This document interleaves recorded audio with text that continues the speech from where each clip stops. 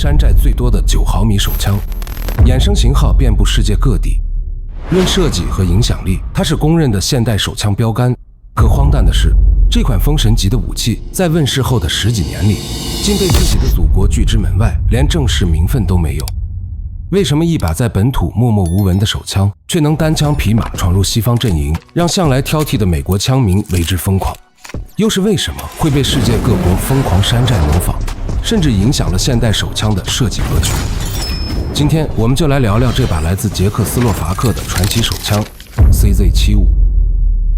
要理解 CZ75， 我們得先回到20世紀70年代的捷克。那時候的捷克屬於華約陣營，轻武器體系完全依附蘇聯，兵工廠的核心任務本就是復刻生產蘇式裝備。但捷克人很有意思，他們骨子裡帶着捷克悠久工業傳統的自信與傲慢，看不慣蘇式武器的傻大粗，更不想一直做蘇聯的槍械代工厂。與此同時，捷克面臨着嚴峻的經濟困境，國內物資短缺，需要外匯支持國家經濟。於是 CZ 兵工廠的考茨基兄弟弗朗齐谢克與約瑟夫受命執行一項特殊的秘密任務，打造一款能打入西方市场的高端手槍，用頂尖軍工產品賺外匯，打破經濟困局。1975年，凝聚着捷克軍工心血的 CZ75 正式定型。它採用西方主流的9x19毫米帕拉貝魯姆手槍彈，標配15發雙排大容量彈匣，採用全鋼結構，各項參數直接對標當時西方頂級手槍。雖然它足夠優秀，卻因為華約國家的身份，注定無法在西方市場光明正大的銷售。這把生不逢時的王牌手槍剛問世就陷入了本土不受寵、海外難推廣的尷尬境地。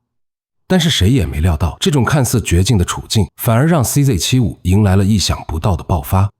一場席捲全球的槍械模仿狂潮也因此悄然拉開序幕。很多人會問，不就是一把9毫米手槍嗎？它到底強在哪，能被全世界瘋狂抄襲？答案很簡單， CZ75 不是單一優點的堆砌，而是把人機工學、可靠性、精度、操控性做到了極致。當時大多數手槍，比如 M1911 滑軌都是外露的，射擊時套筒容易左右晃动，精度受到影響。而 CZ75 徹底顛覆了這套設計，滑軌被內嵌在套筒座裡，滑軌更長，貼合更緊密，完全杜絕了套筒偏移。這種設計能讓槍管軸線被壓低到極致，當你扣下扳機，後坐力幾乎是直線傳導到你的虎口，而不是像其他手槍那樣產生巨大的向上翻轉力矩。這就是為什麼 CZ75 的指向性極佳，射擊時的槍口跳動極小，這也是競技運動員瘋狂追捧它的核心原因。CZ75 的握把設計堪稱手槍界的人體工程學教科書，握把傾角精準控制在120度左右，剛好貼合人手腕自然放鬆，食指指向目標的角度，抬手即瞄準，不用刻意調整姿勢，應急射擊時優勢拉滿。同時，握把虎口位置做了收窄處理，不管是大手還是小手，都能牢牢貼合掌心，不會出現握不住各手的情況。再搭配全鋼結構的配重，整槍重心居中，持槍穩定，射擊時幾乎感覺不到震感。這種舒適感是同時代多數手槍比不了的。在20世紀中期，手槍的激發方式大致分成2條路線，一類是以1911為代表的單動手槍，強調輕快清晰的扳機手感，但需要在射擊前將擊錘置於待機狀態。而另一類則是轉輪手槍，依靠較重的雙動扳機實現隨時扣動即可擊發的簡單操作。CZ75 將這2種不同的擊發方式結合在一起，既支持雙動也支持單動。這種設計兼顧了便攜安全性和實戰響應速度，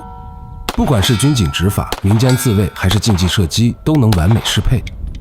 可能會有人問，為什麼這樣一把神槍在問世後的10幾年裡，在捷克本土竟然連個正式名分都沒有？這得從當時的地緣政治說起。作為華約成員國，捷克斯洛伐克在武器體系上需要在一定程度上遵循蘇聯主導的標準，統一使用蘇式9x18毫米馬卡洛夫彈，目的是實現華約陣營彈藥通用、後勤統一。而 CZ75 用的是西方北約標準彈，相當於公然站隊西方。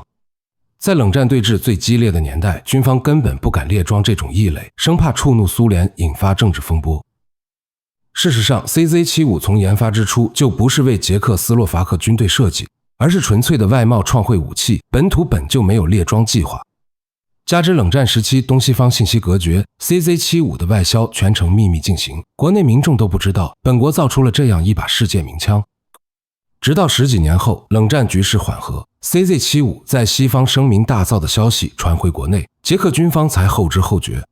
並開始正式列裝這款此前一直是黑戶狀態的手槍。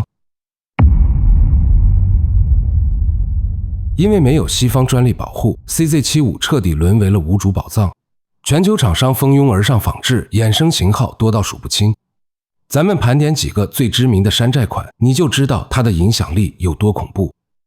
意大利 Tanfoglio 系列是最早一批仿製 CZ75 的廠商，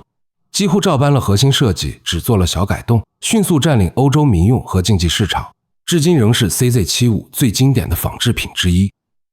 以色列捷里科941被军迷稱為小 CZ75， 基於意大利 Tanfoglio 仿製款2次改進，被以色列軍警大量列裝，遠銷中東和北美，名氣甚至一度蓋過原版。這槍在動漫《星際牛仔》裡大放異彩，被主角史派克使得神乎其神。瑞士斯芬克斯系列走高端仿製路線，用料更考究，做工更精細，主打高端競技和收藏市場，售價遠超原版，卻依舊供不應求。美國的 Brand 10這把槍後來催生了大名鼎鼎的10毫米 Auto 彈，而在設計之初，為了承受更高的膛壓，它直接選擇了 CZ75 的結構作為基礎。據不完全統計，全球基於 CZ75 設計的仿製改進型號多達上百種，總產量突破100萬支，甚至很多廠商靠着仿製 CZ75 起家，從小作坊成長為知名槍械企業。說 CZ75 養活了半個手槍行業，一點都不誇張。CZ75 的意義遠不只是一把好槍，它徹底打破了冷戰時期東西方槍械設計的壁壘，重新定義了現代9毫米手槍的設計標準，影響了後續幾十年的手槍研發方向。在 CZ75 出現之前，西方手槍側重人機工學，蘇式手槍則側重簡單可靠和皮實耐造，兩者涇渭分明。而 CZ75 融合了東西方設計精髓，既有西方手槍的舒適手感和精準度，又有蘇式武器的耐用性和簡單結構，還兼顧了大容量、通用性等實戰需求。CZ75 的價值不是把某一項性能做到極致，而是把所有關鍵指標都拉到了一個很高而且很均衡的水平。它不偏科，但幾乎樣樣都強。也正是這種沒有短板的設計，讓它成了後來無數手槍的參考模板。隨着冷戰結束和捷克共和國成立， CZ75 在軍方和警用部门獲得了正式認可，並逐步成為捷克軍方的制式手槍。CZ 兵工廠也對其不斷改进，推出了改进型 B 型、带击锤降至安全的 BD 型，以及为警用和反恐单位設計的 P1。真正讓 CZ75 長期保持影響力的，其實是它在實用射擊領域的表現。在 IPSC 和 USPSA 這類比賽中，基於 CZ75 發展而來的競賽型號一直佔據重要位置。如果你去看高水平比賽，會發現不少頂尖選手使用的正是像 CZ Shadow 2這樣的型號。CZ Shadow 2就是 CZ75 結構的終極進化版，全鋼的自重、極低的軸線、絲滑的扳機，讓它在比賽中表現出極高的穩定性和精度。曾經被祖國拒之門外的私生子，如今成了捷克軍工的名片。他用實力證明，好的設計不會被時代限制，更不會被時間埋沒。好了，今天的視頻就到這裡，感謝大家的觀看和支持，別忘了點讚、評論和轉發。如果您發現內容有遺漏或錯誤，也請指出。我們下期再見。